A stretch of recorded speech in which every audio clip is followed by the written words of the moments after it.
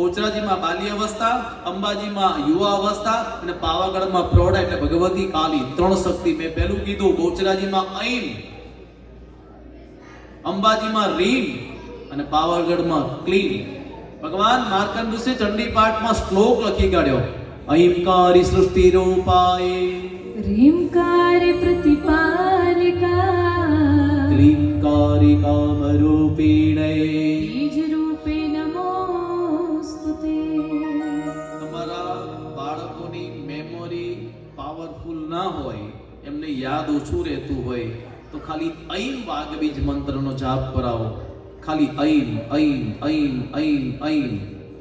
પૈસો જોતો હોય પૈસો, રીમ રીમ રીમ રીમ લક્ષ્મીજી, અને ક્લીમ એટલે ભગવતી કાલીની. કોઈ પણ કાર્યની અંદર તમને સફળતા જોઈતી હોય તો ક્લીમની ઉપાસના બતાય છે. એટલે મૂળ વાત પર આપણે આવ્યા.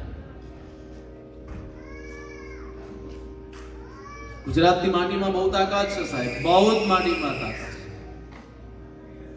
ડાકોરના ઠાકોરને આપણે જે વાત કરીએ ને, ભગવાન કૃષ્ણએ ભલે એમનો બધી લીલાઓ ગોકુળ મથુરા વૃંદાવનમાં કરી, પણ છેલ્લે દેહ ત્યાગ કરો તો આ માટીની અંદર આવવું પડ્યું હોય સાહેબ. અને આપણું ગુજરાતી જ્યાં છે ત્યાં ખબર પડી જ જાય ગુજરાતી કેવું હોય. ગુજરાતી પેલો આમ તો ખરેખર આમ શબ્દો વપરાય નહીં, જો કે આ કામની વાત નથી કરતો, બીજા કામની વાત કરું છું. અહીં તો બધા અહીં તમારું પાછું કહી પણ દઉં તમને, તમારી બીજે કહીશ, અહીં ઘડી નથી. અમારું તો જીવન જ પરિભ્રમણ કરતું હોય ને, ચરેવી હતી એમ. અને પાક્કું ગુજરાતી કોને કહેવાય ખબર છે? ટૂથપેસ્ટ હોય ને, ટૂથપેસ્ટ એની વિનંતી ઘસી ઘસી ઘસી અને બાકી રહી ગયું તો પાછો કાતરથી કાપી નાખી પોલું કે અંદર આમ બ્રશ ફેરવી એ પાક્કું ગુજરાતી. આટલી બધી વ્યવસ્થા હોય તો મશીન ના ચલાવે તોય કપડા બામ નીચે હૂકવેલા જ હોય એટલે ખબર પડે કે આ ગુજરાતી જ હોય. અને ગુજરાતી ખબર પડી જ જાય કે ગુજરાત પ્લેનમાં બેઠે તો ખબર પડે કે ગુજરાતી જ હોય, બીજો હોય નહીં.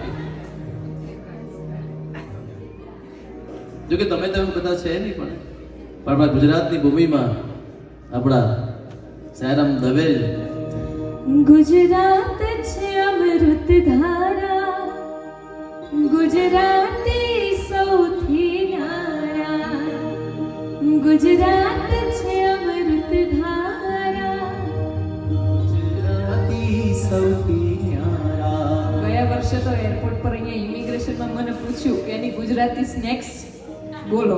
હવે એ ઇમિગ્રેશન વાળાને ખબર છે કે ગુજરાતી છે, અંદર કંઈક તો હશે, થેપલા ખમણ કંઈક તો લઈને આવ્યા જ હશે. એને ખબર પડી ગઈ કે આ ગુજરાતી પાકીટમાં કંઈક નું કંઈક ખાવાનું લઈને જ આવ્યા હોય. સુગંધ થઈ જાય, આપણા ખાવાની સુગંધ તમે ગમે એટલું દબાવો ને તો એ અથાણાની થેપલાની સુગંધ ગમે એટલું પેકિંગ કરો પણ એ બાજુવાળાને આયા વગર રે નહીં.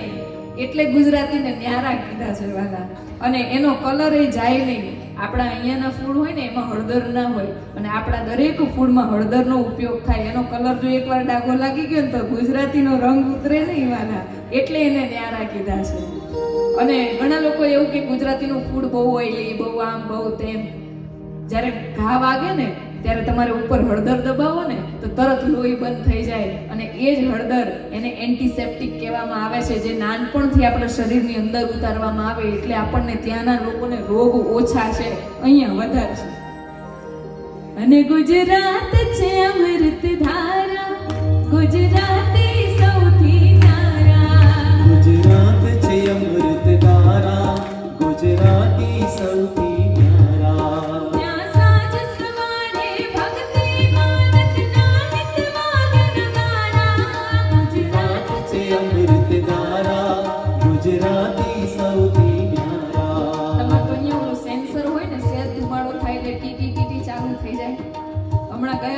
એક જણે બહુ સરસ વાત કરી કે એક જણના ત્યાં આવી રીતે ઘરમાંથી ધુમાડા નીકળતા હતા ને તો બાજુવાળાએ ફોન કરી દીધો કે અહીંયા ફાયર ફાયર ફાયર અલાર્મ વાગે છે.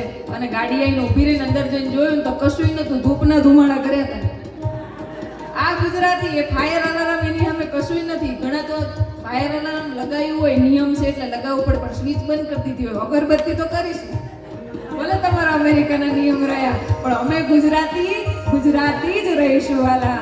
અમારા દેવ અને દેવી દીવા અને ધૂપથી રીઝવે છે, તો અમે વિદેશમાં પણ રહીને એને દીવા અને ધૂપ કરીશું અને હા, ગુજરાત છે અમૃત ધારા, ગુજરાતી સૌથી ન્યારા. ગુજરાત છે અમૃત ધારા, ગુજરાતી સૌથી ન્યારા. ત્યાં સાંજ સવારે ભક્તિ માનત નાનક વાગે નગારા. ગુજરાત છે અમૃત ધારા, ગુજરાતી સૌથી ન્યારા. ગુજરાત છે અમૃત ધારા, ગુજરાતી સૌથી ન્યારા.